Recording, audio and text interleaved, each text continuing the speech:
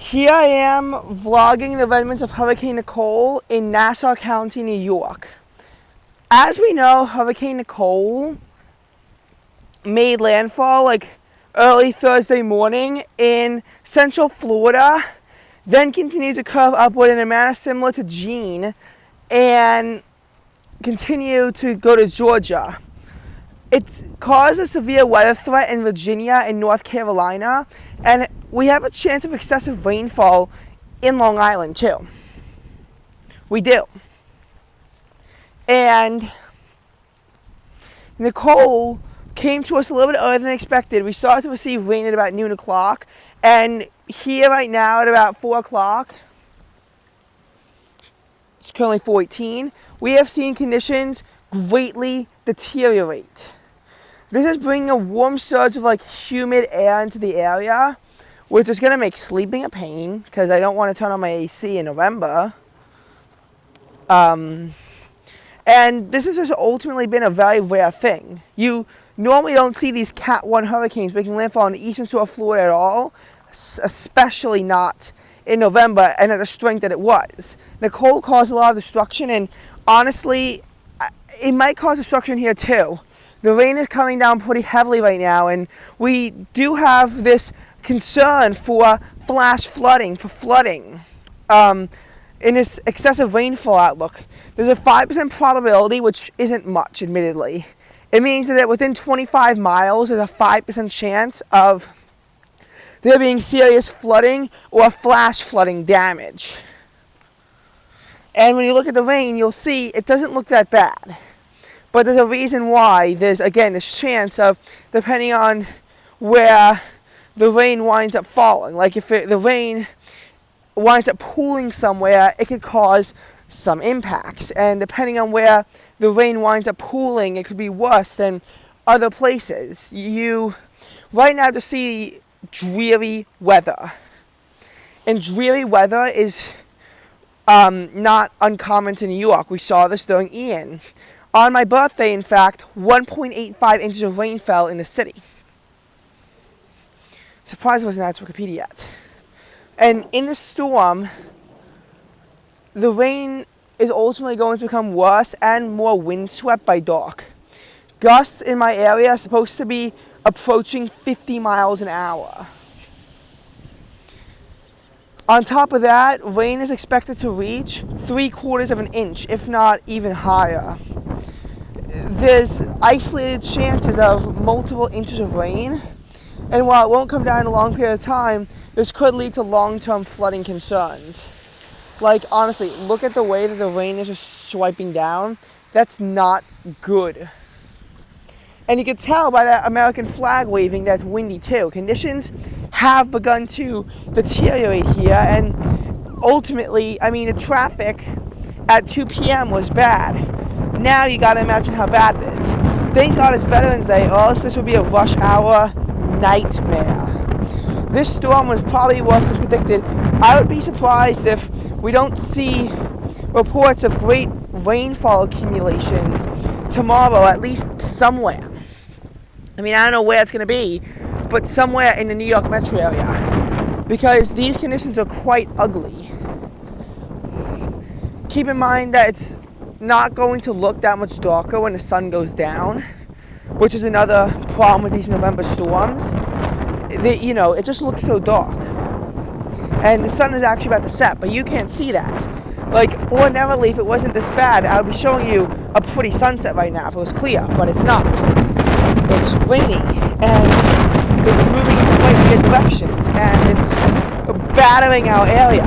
Now, this isn't going to be like Ian. We're not going to be stuck in this for more than half a week on end with no sunshine. The sun, it's going to be cloudy on Sunday. By Monday, the sun should break out. But I want to also tell you what the storm is doing.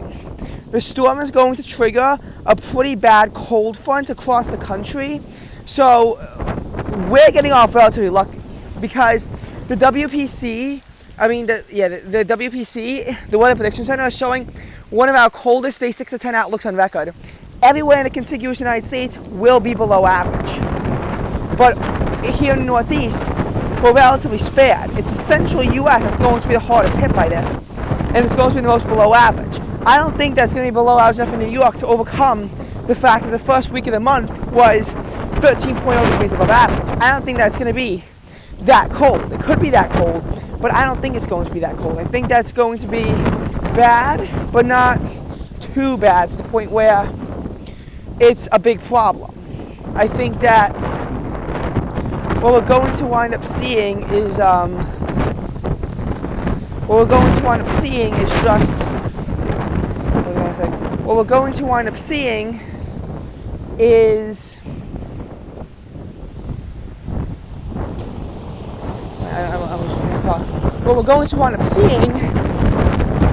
this cold is going to make its way here too. So on Sunday, the high of 55 is at midnight. It then hits the low 40s, rises into the low 50s, and then hits the about 38 by midnight. Freezes and frosts will be occurring frequently throughout the week, but with cloudy conditions, it might ultimately hamper seeing the frost.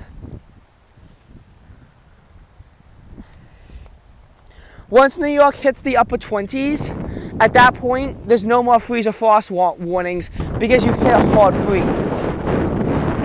So once you have a hard freeze, you don't receive those again until like early April, because those are meant to like protect your plants. But once you have a hard freeze, no matter what you do, your plant's going to die, and a hard freeze is about 28 degrees. We probably will be seeing some hard freezes in the metro area during this week. Daytime, like lows are supposed to be in the low 30s, but we could see some areas of Long Island and New York City hitting the upper 20s. Daytime highs only retreating to the upper 40s, and these conditions don't abate for a while until eventually the low 50s can finally return again. Or at least so I hope. Because what it really was that it was very warm, and then it cooled off, then it got warm again, and ultimately, yes, it is Veterans Day, thank you, veterans, and ultimately what we're going to see is that 66 degrees, it's mild right now. Ultimately what we're going to see as this goes on is that, it's hitting the 70s tomorrow. That's probably going to be the last 70s of the year. We're probably going to see these like beautiful weather conditions go away. It's going to become cold, and then it'll barely warm up, and these changes will last for the entirety of November. They're not going to be abating probably until early December. We'll have to see how bad they become, but this could take a while to abate, because I want you to realize there's all this rainfall, that this rain falling, or in some cases when you're deep in the winter, snow falling, is how these brutal Arctic trenches wind up being locked over here in the first place. It starts with a storm. In this case, this is like Nicole being the storm that's dumping all the rain. You have a soggy day, and it's warm, and then it's cold. And usually these are just a few days worth of a cold snap, but these can go on for weeks, if not months, without abating.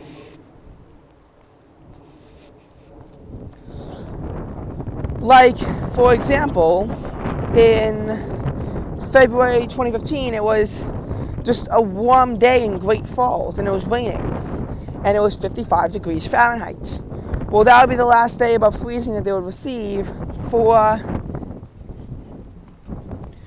4.5 weeks. They would not rise above freezing for 4.5 weeks after that event, possibly even more like 5 weeks. It took them a while to thaw, and the reason why it took them so long to thaw was because, see, that is something you have to be careful of, because that is what could cause flooding, and that's probably going to cause a little bit of property damage, but ultimately it should be negligible. But you see, and then you have this disastrous cold wave that also causes a lot of damage. That's actually lightning. Oh shit. Okay, I'm going to end my video now because I don't want my phone to be struck by lightnings.